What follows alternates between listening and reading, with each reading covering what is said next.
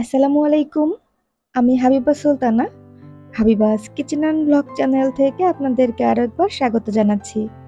আশা করছি যে যেখান থেকে আমার আজকের ব্লগ ভিডিওটি দেখছেন, আল্লাহর রহমতে সবাই অনেক অনেক ভালো আছেন, সুস্থ আছেন। আলহামদুলিল্লাহ, আমরাও কিন্তু বেশ ভালো আছি। আমার আজকের ভিডিওতে আমি সারাদিনের কাজকর্ম, রান্না-বান্না আর সন্ধ্যার জন্য একটা মালাই পুডিং বানিয়েছিলাম, সেটাও শেয়ার করেছি। আশা করছি আপনারা আমার পুরো ভিডিও জুড়েই থাকবেন।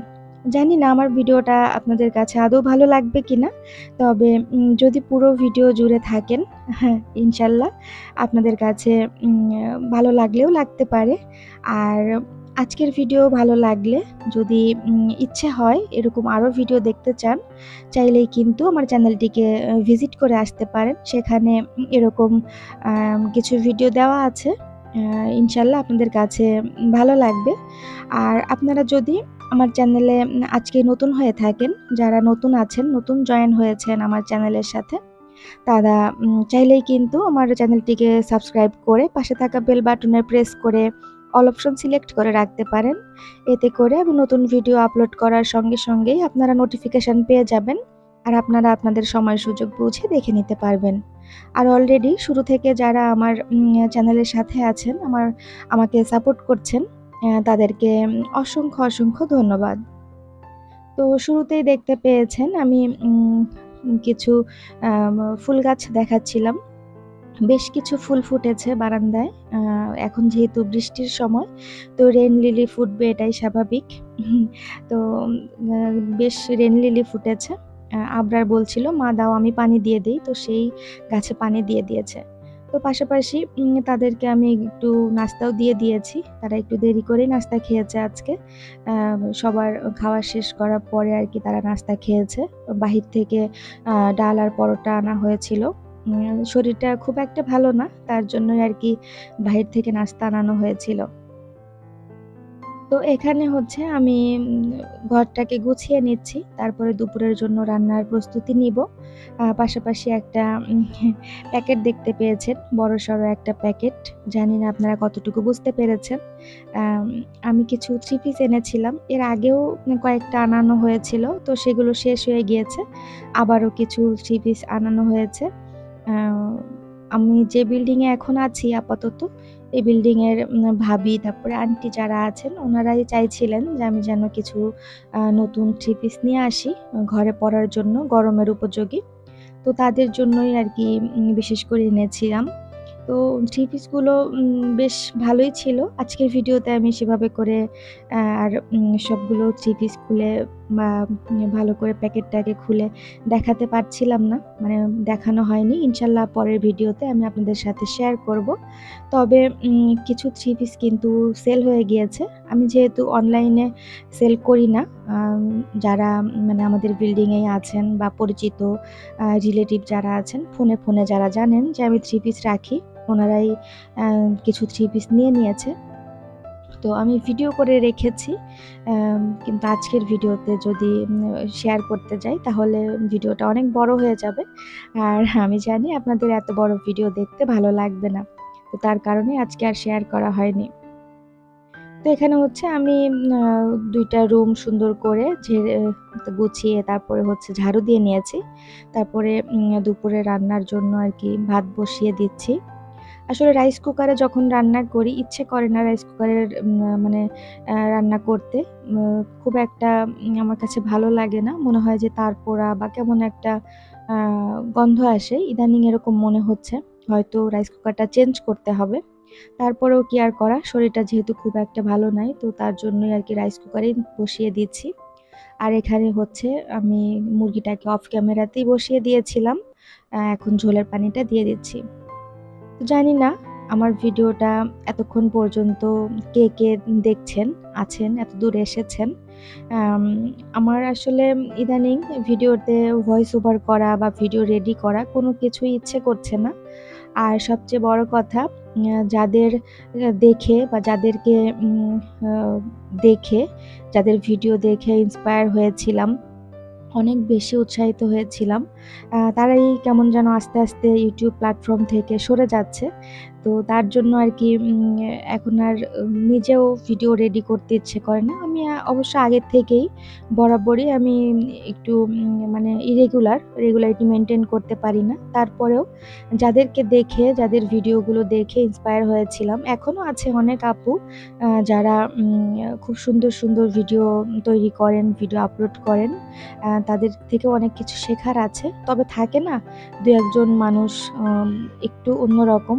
তো সেরকমই ব্লগের জেসমিন আপু, তারপরে হচ্ছে মামহিরা আপু।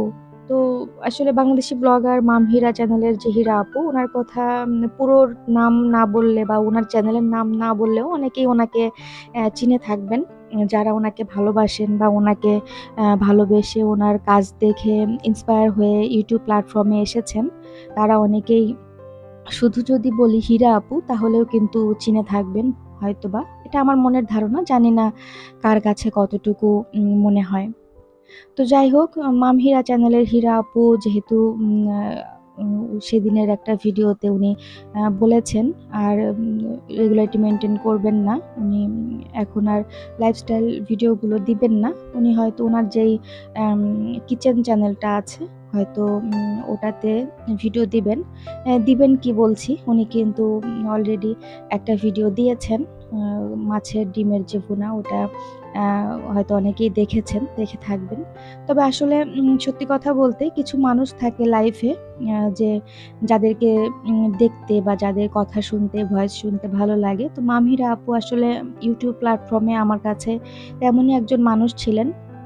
হয়তো অনেকেই এখন আমাকে অন্যভাবে বলবেন যে আমি মামহিরা আপুর চামচামি করছি। হ্যাঁ, আসলে সত্যি কথা বলতে তা না। মামহিরা আপু যখন প্রথম ভিডিও দিতেন, আমি ওনার ভিডিওগুলো দেখতাম। আ খুব একটা যে মানে পরিপক্ক বা খুব একটা যে উনি ছিলেন, কি বলবো এটাকে, জানাশোনা তাও কিন্তু না। ওনার ভিডিওতেও ভুল হতো বা ওনার ভিডিওতেও কিন্তু একটু অন্যরকম লাগতো। তবে অশালীন যে কথাবার্তা বা যেটা মানুষের চোখে খারাপ লাগবে বা মানুষকে কষ্ট দেবে, এই ধরনের কাজগুলো উনি করেন না। যার কারণে কিন্তু ওনার ভিডিওর জনপ্রিয়তা সবসময়ই বেশি। আর আমার কাছে যে কারণে বেশি ভালো লাগে যে ওনার ভিডিওর মধ্যে শালীনতা আছে বা কথার মধ্যে মাধুর্য আছে। যার কারণে কিন্তু আমি ওনাকে এতটা ভালোবেসে ফেলেছিলাম। তো যাই হোক, আমি কিন্তু কথা বলছি মামহিরা আপুকে নিয়ে। আমার ভিডিও রিলেটেড কোনো কথাই বলা হয়নি। অনেকের কাছে হয়তো খারাপ লাগতে পারে। তো এখানে দেখতে পেয়েছেন আমি ৫ টা ডিম নিয়েছিলাম আর দুধের যে প্যাকেটটা ওটা আমি খুব ঘন করে জাল করে নিয়েছিলাম। একদম লাল, লাল করে জাল করে নিয়েছি। এরপরে ভ্যানিলা এসেন্সটা দিতে চেয়েছিলাম, পরবর্তীতে আর দিইনি। ভ্যানিলা এসেন্সটা দিলে হবে কি, আ দুধের যে মালাই পুডিং বানাচ্ছি, তো ওই দুধের যে একটা স্মেল ওইটা থাকবে না। সরের একটা ঘ্রাণ ওইটা থাকবে না। যার কারণে আমি ভ্যানিলা এসেন্সটাকে স্কিপ করে গিয়েছি। আপনারা চাইলে দিতে পারেন, যারা দুধের গন্ধ বা ডিমের গন্ধটা নিতে পারেন না, তারা কিন্তু চাইলে ভ্যানিলা এসেন্সটা দিতে পারেন। তবে আমি যেহেতু মালাই পুডিং বানাচ্ছি তার জন্য ভ্যানিলা এসেন্সটা আর দিইনি। তো এখানে কি দিয়েছি আপনারা দেখতে পেয়েছেন। আমার ১ কাপ পরিমাণে দুধ লেগেছে আর ১ কাপ চিনি লেগেছে। কাপ বললে ভুল হবে, এগুলো হচ্ছে কফি মগ।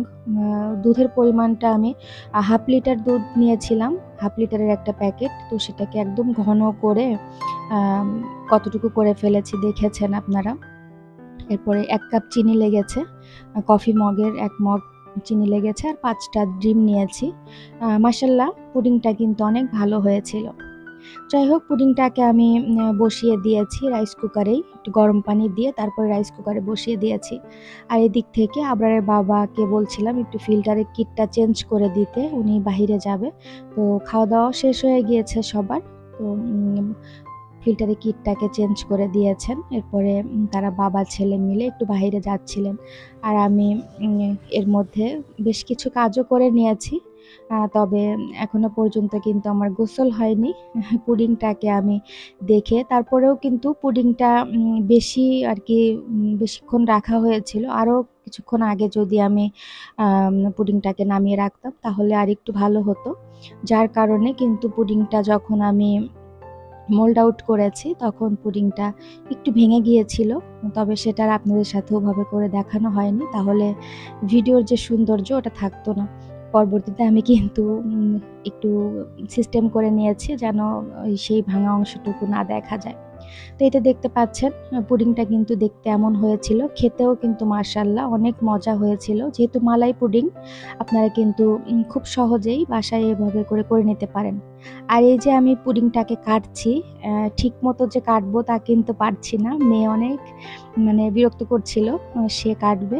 যার কারণে কিন্তু এরকমভাবে কাটা হয়েছে। আর আমি আপনাদের সাথে একটু দেখিয়ে দিচ্ছি যে পুডিংটা কেমন হয়েছে। তো যাই হোক, এতক্ষণ পর্যন্ত ধৈর্য সহকারে ভালোবেসে যারা আমার ভিডিওটি দেখছিলেন, আশা করছি আমার পরবর্তী ভিডিওগুলোও আপনারা দেখবেন। আমার সাথে এভাবে করেই থাকবেন, আমাকে সাপোর্ট করবেন। তো পুরো ভিডিও জুড়ে আমি যেহেতু অনেক কথা বলেছি, আমি ২ জন আপুকে নিয়ে কথা বলেছি, মামহিরা আপুকে নিয়েও কথা বলেছি।